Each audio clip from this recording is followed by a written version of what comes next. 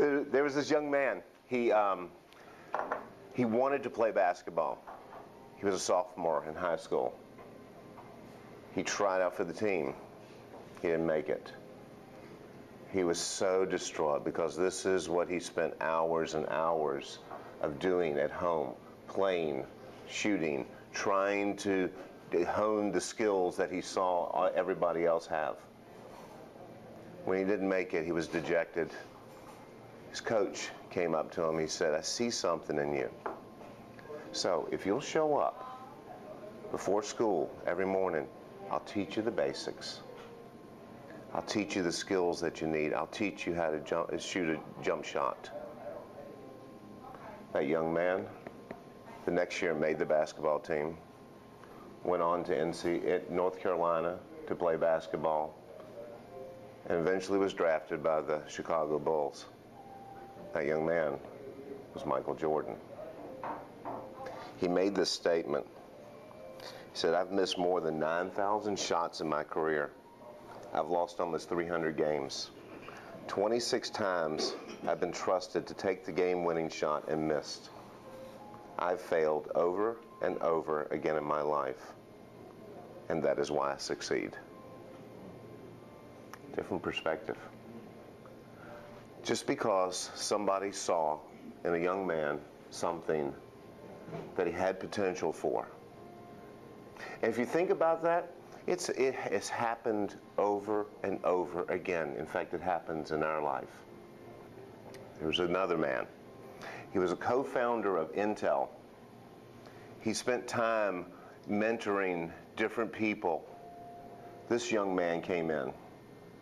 He saw something that he liked in him. He started spending time with him. He invested effort in him. And then this is what happened, and I think it's hilarious. It says in the 1970s, it said that we were at a Silicon Valley meeting, and this young man stands up and yells in the middle of the meal. He says, "Nobody over 30 can possibly understand what computing is all about." He said, "I pulled him aside, waved my finger, and lectured him, telling him, 'You're incredibly arrogant. You don't know what you don't know.'" The young man's response was, "Teach me. Tell me what I should know." The young man, Steve Jobs. And if you think about our lives, hey, think about it. Everything that we've ever learned, everything that we've ever done in our lives, we had somebody walking along with us. I don't know what profession that you're in, but if you're like me, everything that I've done throughout my entire life, I had somebody teaching me, walking with me, doing everything and showing me the ropes of how it was done so that I could then turn around and do it myself. It only makes sense. One generation passes to another generation the things that it has learned. One generation passes on to the next the mistakes, the wisdom, so that the next generation coming up can actually take from that, learn from that, and possibly even take that to a whole different level. In my life, I think back to when I became an attorney. Coming out of law school, young, thought I knew everything. So I felt when I heard that quote from Steve Jobs, I thought, that would be the arrogance that I had, coming out of law school, thinking I was going to tackle the world and not having a clue as to what reality was really like. And yet, I had other attorneys with much more experience walking alongside me, saying, "No, don't do that. This is what's going to happen." Or, "Do this, and you will get this result." Things that they didn't teach us in law school, things that you couldn't read in a book, things that you could only get by walking with somebody and experiencing the opportunity that they were going to give you. I would not be where I am today if it had not been for those men who were a part of my life. So why is it that we think, when it comes to the spiritual walk, that we can do this alone?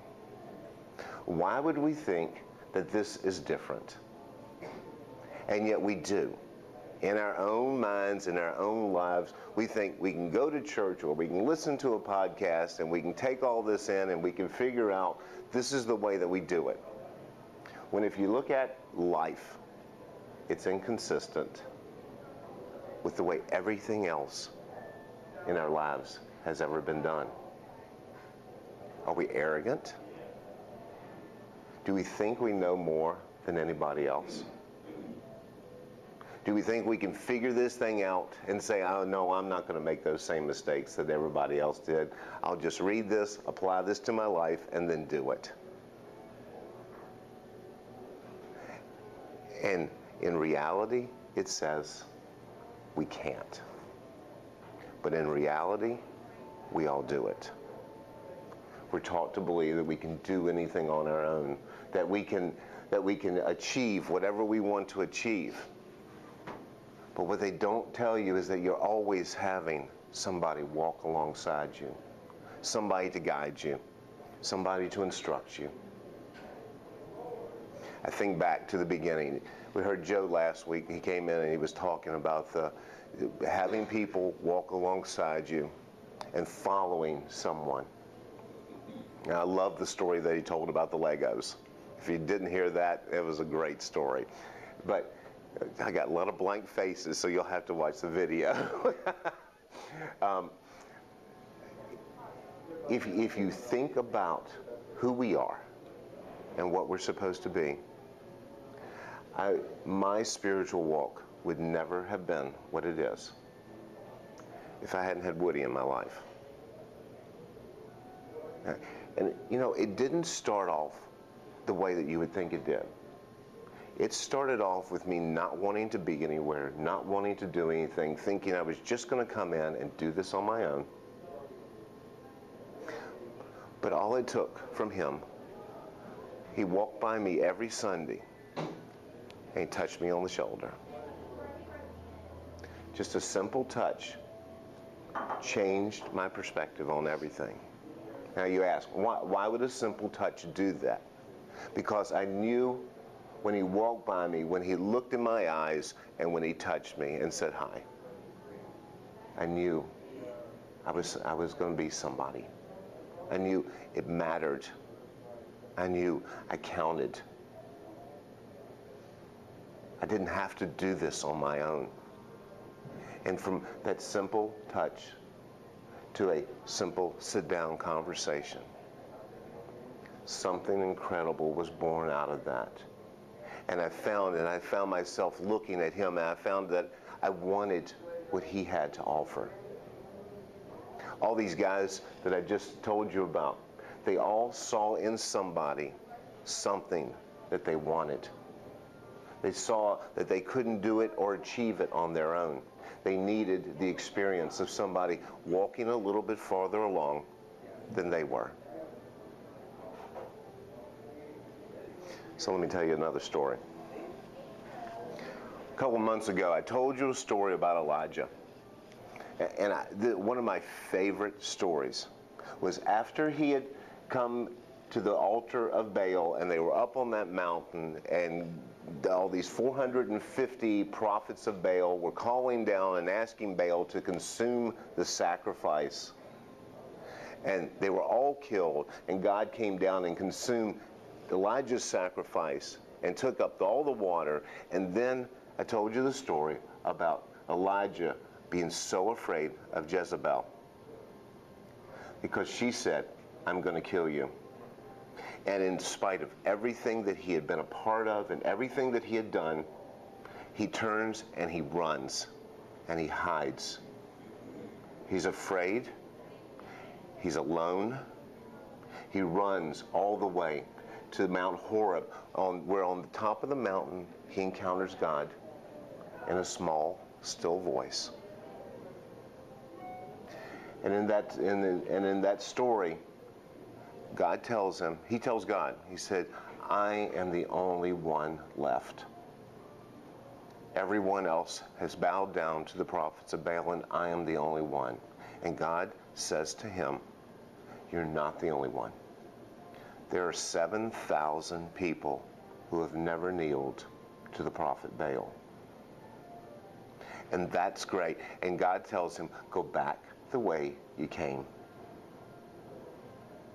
But this is where the other part of the story, and I never connected it until driving home 2 days ago, asking God, what am I supposed to talk about?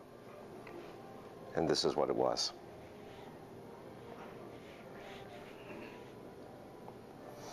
So God tells him, go back the way you came. He said, so Elijah went from there and found Elisha, son of Shaphat. He was plowing with 12 yoke of oxen, and he himself was driving the 12th pair. Elijah went up and threw his cloak around him.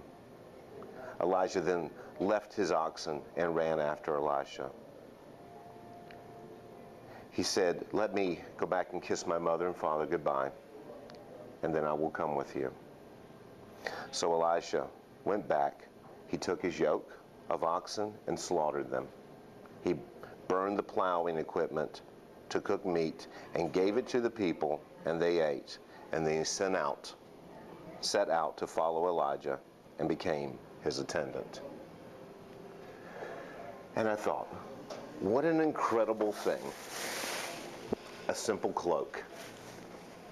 A cloak back in those days was just something that wrapped around the shoulder.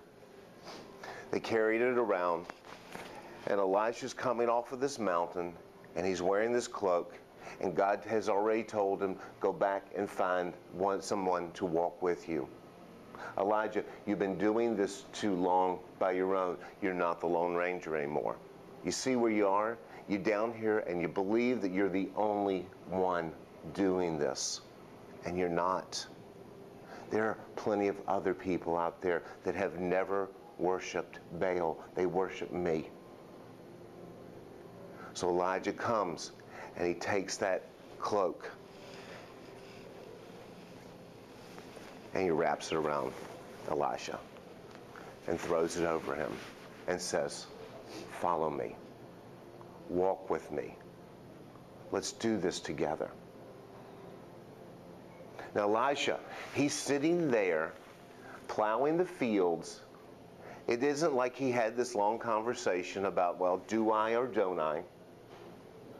He recognizes that somebody has touched him, recognized who he is, and he sees something in Elijah that he wants to follow.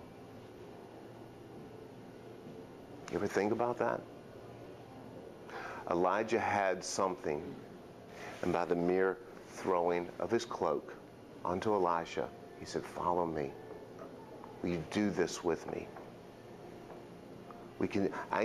Elisha needed Elijah as badly as Elijah needed Elisha.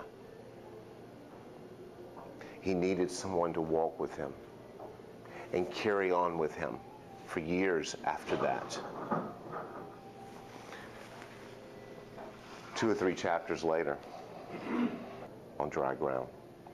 And they crossed. Elijah said to Elisha, tell me, what can I do for you before I'm taken away?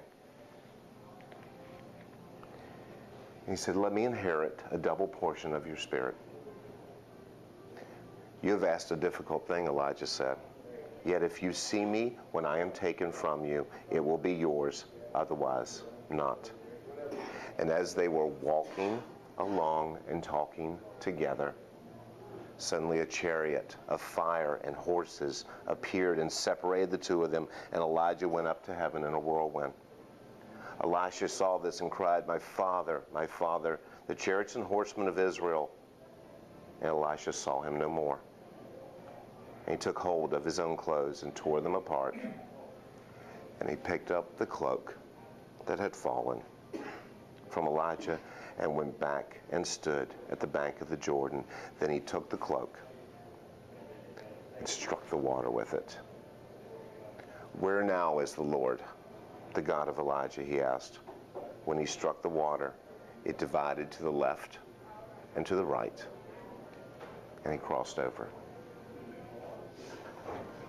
Do you see what's happened? Elijah responds to what God has asked him to do. He takes his cloak, he throws it on Elisha, and he says, "Follow me." They walk along. They're in conversations. The cloak, it was a symbol of passing it on to the next generation. The cloak, which has in itself no power, but it is a symbol of what passed from Elijah to Elisha. So let me ask you a question. Do you have anything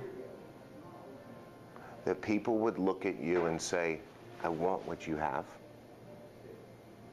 Is there anything in your life that you would say, "I want to take my cloak"? And this young man, I've never met him, but until this morning, he's in college.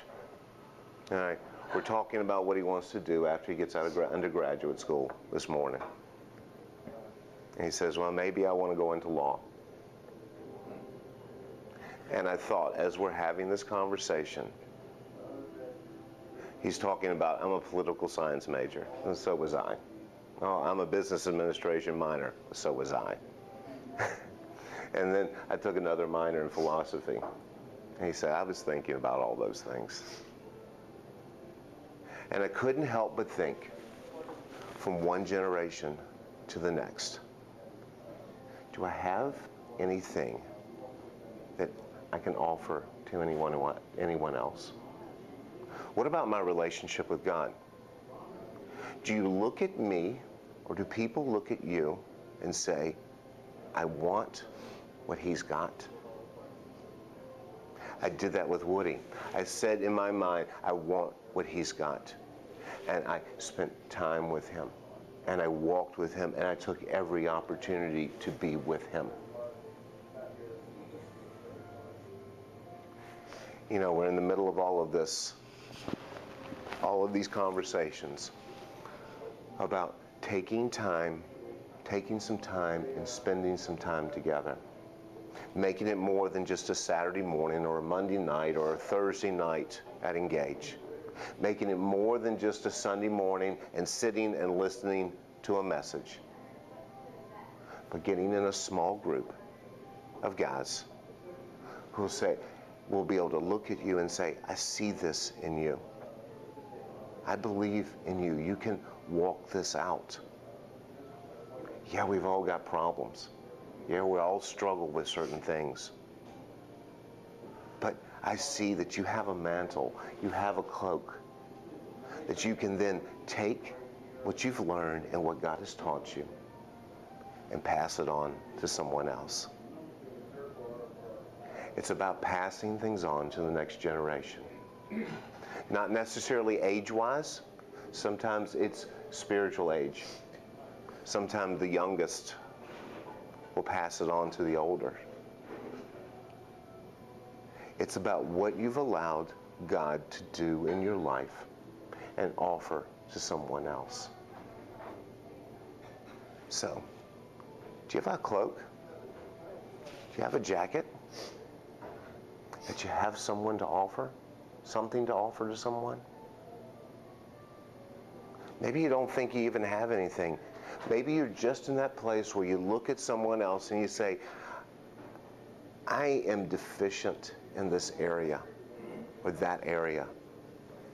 And I need to spend time with somebody that I see this in or that in, so that my spiritual walk will strengthen." We're all meant to pass something on. Some things are not so good that we pass on. We've passed on a lot of bad stuff already in most of our lives. Question is, do you want to stay that way? Or do you want to give it some effort, take some time, and do this with somebody else? So the questions this morning are very simple. All right, but actually they're really hard. It's going to require you to ask a hard question. Is there anything in your life that's worth passing on to someone else? Would someone look at you and say, I want what he has? If so, what is that? Second question, is there someone that you look at and find yourself saying, I want what he has? Where are you deficient? You know where you are in your spiritual life better than anybody else. Where are you lacking? What are you struggling with? Is there someone out there who you see have been through this same struggle and they've come on the other side and you say, I want what they've got? What are you willing to do in order to get there? Third question, God wants you to give to others what you have been given. Are you willing to take a couple hours and explore how you can do that with a group of guys?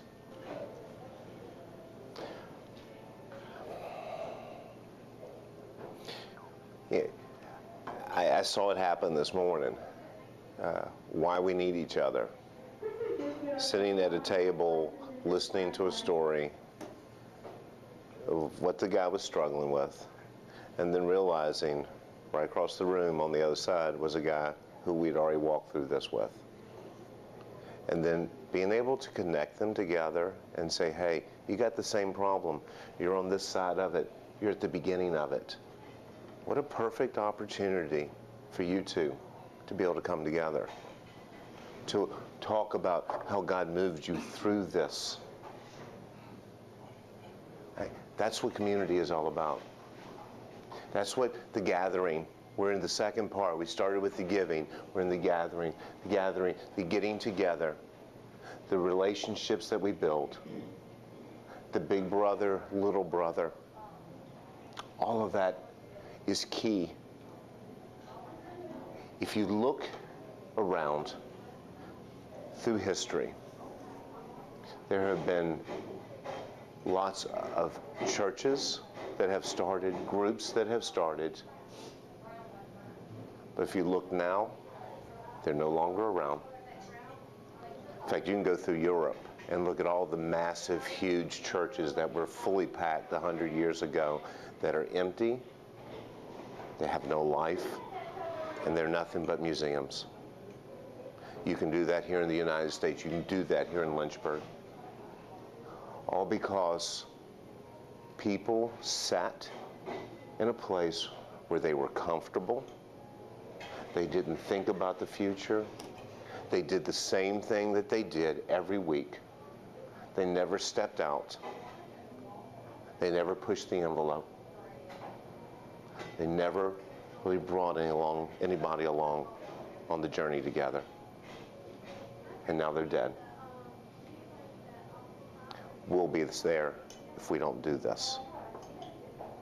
If we as a body, if we as a church don't invest in other men to walk with them, to help them along, to deepen their relationship with God,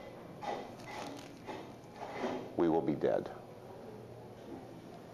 Let's go back to the story about Elijah and Elisha.